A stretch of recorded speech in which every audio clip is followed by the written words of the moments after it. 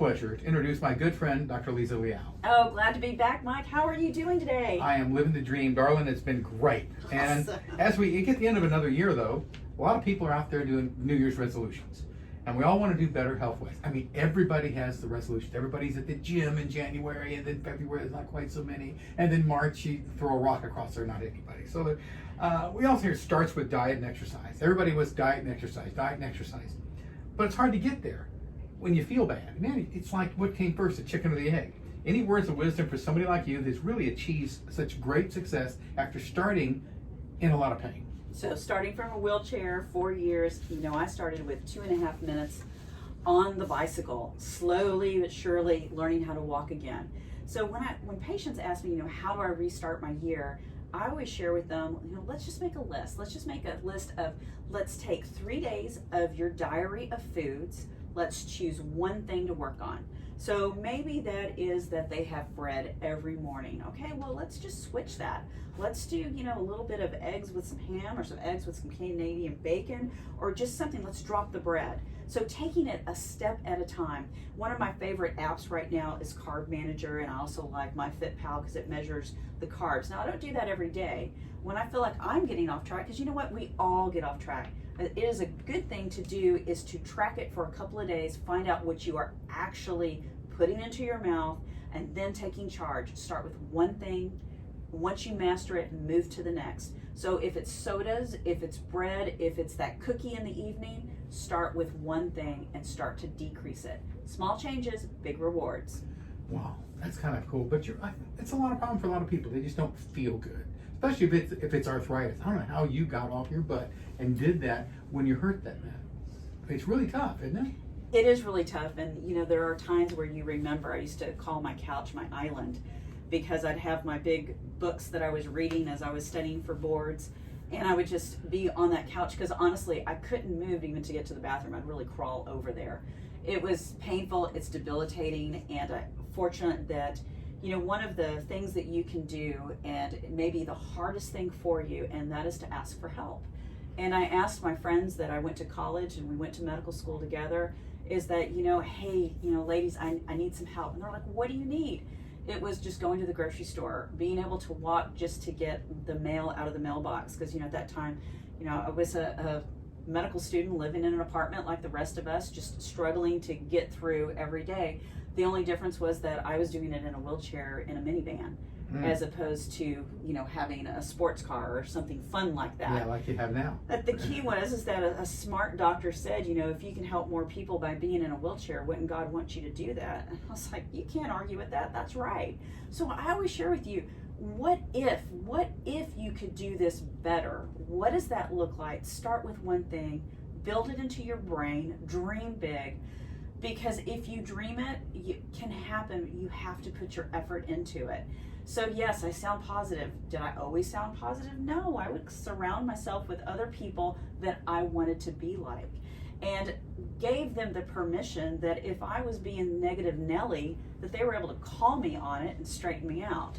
So have those couple of friends that can call you on it, and if you need to complain, say, you know what, I need 5 minutes to just let it out, then put it back in the box and put it up and start moving forward. Have your pity party, then move on. That's right. It's easy to do. I tell you what. All right, now you had a question from Lisa, but you've just answered it. Now we've got, this is an involved one, all right? And I've gotten so many emails from several people about the same thing. Could you look back at 2020, besides the fact that it was a pretty bad year, and give me the top 3 new treatments that you've got for 20, or what do you have the most success with that are really kind of a surprise, like, wow, I can't believe that works as good as it does. I know it's a vague question, but what did you find that really have made a difference with your patients this year? So I'm going to start with the top 3. One is just the education and nutrition that we have learned from anti-inflammatory nutritional plans. Number 2 is CBD.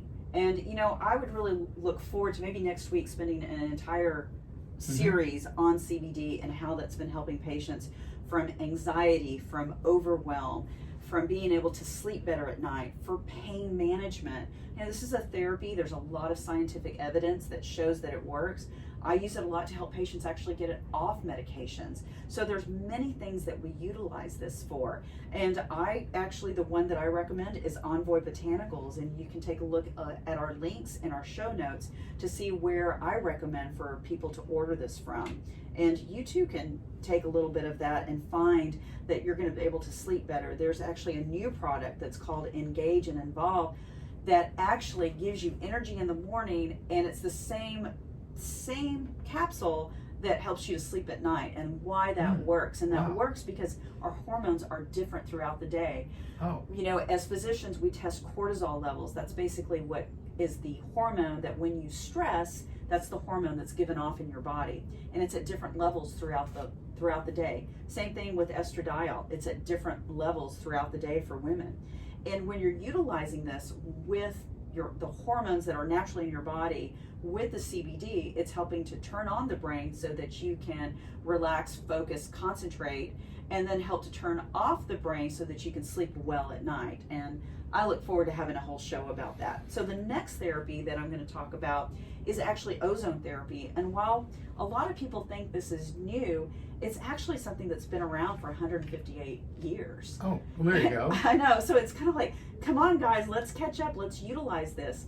And a lot of people can actually go to Ozone University. They can look online and learn all about it, or they can send me a note, reach out through, direct message, leave me a note here or a comment so that we can learn about it. And ozone does several things, and some of the patented things that some of the things that it has been patented for, is probably a better way to say that, is decreasing inflammation, decreasing viral loads, and decreasing bacterial loads. So those are actually proven scientific evidence on therapies that have been using. Now it needs to be medical grade ozone, so it needs to be somebody that's trained in it. Not every physician is trained in it. Not every physician's office or dental office has taken that investment to have it in their office. It's not like buying a machine on eBay for no, it is not. $100. It is not. Because if used incorrectly, it can cause harm. Medicine can help and it can cause harm. And I think we have learned so much this past year in being able to talk to our colleagues and utilizing social media to get the word out to help people. And I want to continue to do that with these platforms, is just getting the word out to help people. Now the next one, because you said 3, so I'm going to say my top 3 is in regenerative medicine, is using stem cell. And that is probably the one that changed my life most significantly, because after I personally had therapies, I was able to actually wake up and live without pain for the very first time in my life.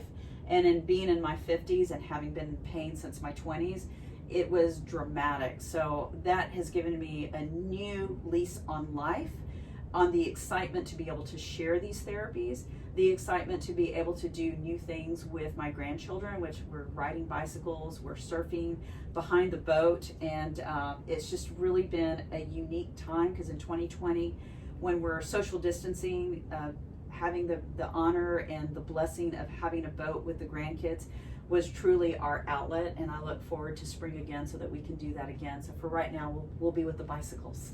I would never dream that just a few years earlier that you were that debilitated. I mean, it's amazing. Now, when you got your arthritis, it was obviously, I'm off into the subject, did it just happen one day, or did it just, it happened, did you have an accident? It was something that kept on and on. When you're working hard, back then, they didn't have the ramifications that they do now. Back then in medical school, you're working a lot more hours than what they allow today, because there were laws that were set in to help protect the students as they're learning, and as residents as they're learning. As a resident, I was honored to be able to do a lot of moonlighting. That's what we called it back then, which means you're on your own, you're practicing. And as I've shared in other podcasts, I would reach out to my advisors when we had a bad case or a difficult case, because their wisdom and their sage was something that made us better. So I was never afraid to ask.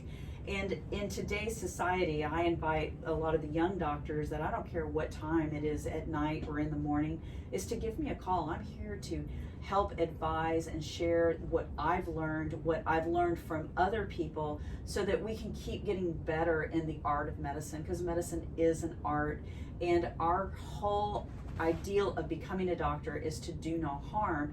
And we do that by learning from others and also reading and researching the science. And sometimes you have to be the one we consider the disruptor, which means we're the ones that are inventing it as it comes along. So I'm privileged to be in that small group of, I call them my Mensa buddies.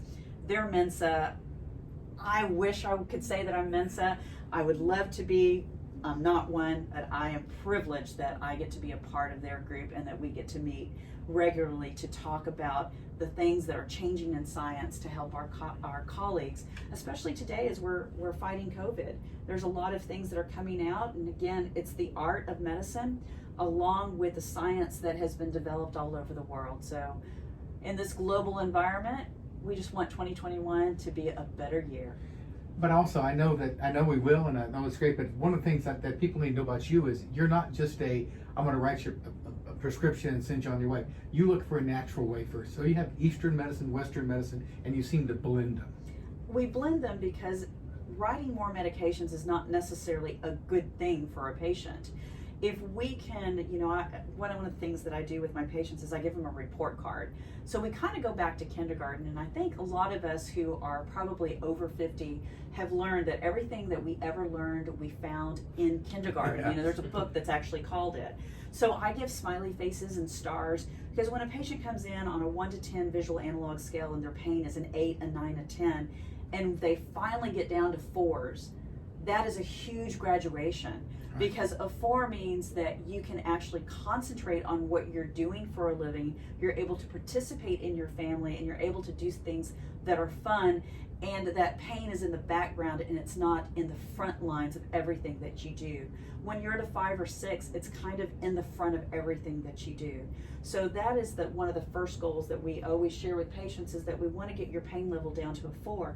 Because in our family, I learned very early on with my husband, 4 and under, there are absolutely no complaints and you cannot talk about it. A 4.5, what did you do about it?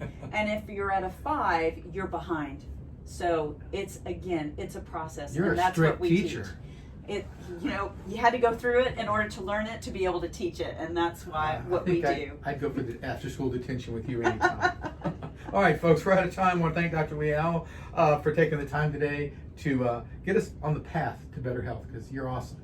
Thanks again, everyone, for listening. Look forward to everyone tuning in, and please send us your comments, and please subscribe on any platform you desire. Have a blessed day.